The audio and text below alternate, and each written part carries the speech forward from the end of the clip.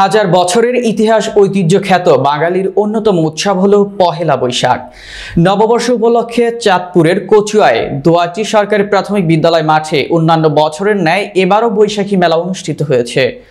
সোমবার বিকেলে 4টা থেকে সন্ধ্যা 7টা পর্যন্ত কচুয়া উপজেলা তথা আশেপাশের জেলায় বিভিন্ন শ্রেণী পেশার মানুষ তাদের পরিবার পরিজন নিয়ে এ মেলায় অংশগ্রহণ করেন। এ সময় বিভিন্ন বয়সী নারী পুরুষ মেলায় কেনাকাটা সহ হারিয়ে যাওয়া ঐতিহ্য মাটির হাঁড়ি পাতিল, শীতল পাটি সহ নানা জিনিসপত্র ক্রয় করে। মেলায় সাবেক ইউপি চেয়ারম্যান উপজেলা বিএনপির যুগ্ম সাধারণ সম্পাদক মোহাম্মদ আলমগীর হোসেন স্বপন এ মেলায় সার্বিক খোঁজখবর নেন এবং আগত দর্শনার্থীদের সাথে কথা বলেন।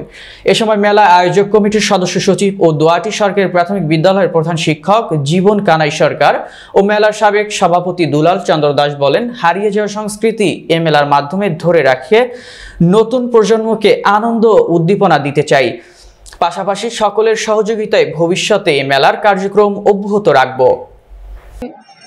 এই মেলা এবং এই দেশ, এই পৃথিবী থাকবে, আমরা ধরে রাখতে চেষ্টা করব এই ঐতিহ্য, গ্রামীণ ঐতিহ্য এবং সুন্দর পরিবেশভাবে এই মেলা সুষ্ঠুভাবে সমাধান করার জন্য প্রশাসনিকভাবেও আমরা সুন্দরভাবে যেমন সুশৃঙ্খলভাবে মেলাটা সমাপ্ত করা যায় আমরা সার্বিক চেষ্টা করতেছি এবং আইন শৃঙ্খলা অত্যন্ত ভালো।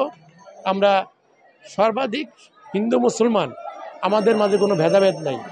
এই মেলা আসলে আমরা সবাই একত্রিত হয়ে এই মেলা আমরা আসি এবং হিন্দু মুসলমান আমরা একত্রিত হয়ে মেলার উদযাপন করি। হিন্দু মুসলমান সবাই আমাদের এখানে আসে, এটা একটা ঐতিহ্যবাহী, এটাকে ধরে রাখার আমরা চেষ্টা করতেছি। এখানে আমাদের এই সম্প্রীতির এবং আন্তরিকতার যে বন্ধন, এখানে হিন্দু মুসলমান অনেকেই এই মেলাতে অংশগ্রহণ করতেছে স্বতঃস্ফূর্তভাবে। তো ভবিষ্যতে এই মেলাটি যেন ধারাবাহিকতা থাকে, এটার জন্য সবাই আপনারা আসবেন। আপনাদেরকে সবাইকে ধন্যবাদ।